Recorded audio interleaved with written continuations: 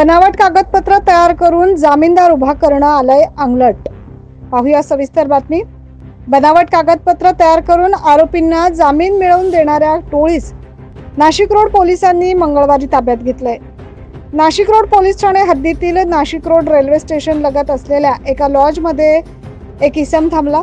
त्या इसमाकडे नाशिक रोड पोलिसांनी चौकशी केली असता एका खोलीतील 4 अज्ञात इसमांवर संशय आल्याने त्यांच्या केलेल्या चौकशी काही माहिती समोर आली।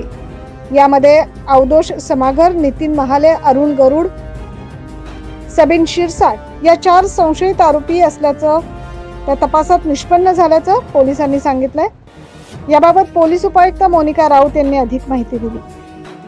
काल अशाच पद्धतीने दहशतवाद विरोधी पथक नाशिक रोड या ठिकाणचे पोलीस हवालदार 1851 पवार, पोलीस नाईक हेमंत मेढे आणि पोलीस शिपाई राहुल मेंदळे हे हॉटेल आणि लॉजेस चेक करत असताना साई लॉज या ठिकाणी थांबलेले जे काही इसम होते, 4 इसम त्यांना संशयितरित्या या ठिकाणी वाटले। तर त्या सदर 4 इसमांकडे चौकशी केली असता त्यांच्याकडे काही बनावट डॉक्युमेंट या ठिकाणी आढळले, बनावट आधार कार्ड सापडले आणि त्याच्यानंतर पुढील चौकशी केली असता आणि काही गोपनीय माहिती या ठिकाणी घेतली असता असं लक्षात आलं की सदर टोळी ही वेगवेगळ्या न्यायालयामध्ये बनावट जामीनदार देण्याकामी कार्यरत होती आणि ह्या टोळीकडे बनावट आधार कार्ड बनवणे, बनावट पॅन कार्ड बनवणे, बनावट 7/12 उतारा या ठिकाणी तयार करून आरोपींना जामीन देण्याच्या बाबतीमध्ये ते काम करत असल्याचं निष्पन्न झालेलं आहे। यापैकी अवधोष समागर याच्याकडे त्याचा स्वतःचा फोटो असलेले वेगवेगळे नाव असलेले 3 आधार कार्ड तसेच इतर बनावट कागदपत्र आणि इतर 3 इसमांकडे बनावट रेशन कार्ड, महसूल विभागाचे बनावट शिक्के मिळून आले।